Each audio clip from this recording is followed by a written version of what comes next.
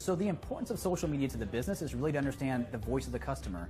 If you think about social media in general, it's really the largest unsolicited focus group you can think about. One of the great things about social is that it really serves marketing and communications and customer service. What's actually been really great to see over the last 7 to 9 years is how it's evolved to become something a part of the fabric of the company and not just something that an employee might tweet about or an agency might say is a really great foray into building a better brand. It's really a part of the business goals and the drive of the company. And it used to be that it was, you got to be part of it and you got to join the conversation, which we have done, a lot of brands have done.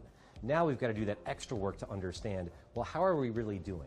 And not just in terms of your engagement metrics of likes and shares and comments, but let's look at those likes and shares and comments and understand who are they coming from?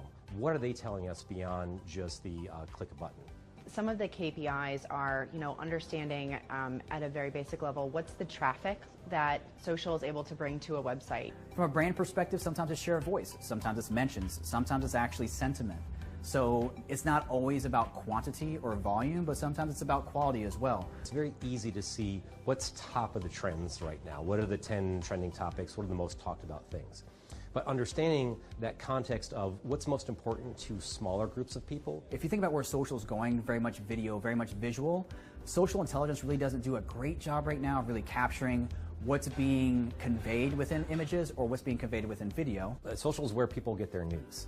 I like to think that if it's not happening in social, the likelihood of people seeing it and hearing it and believing it is reduced probably by a factor of 10.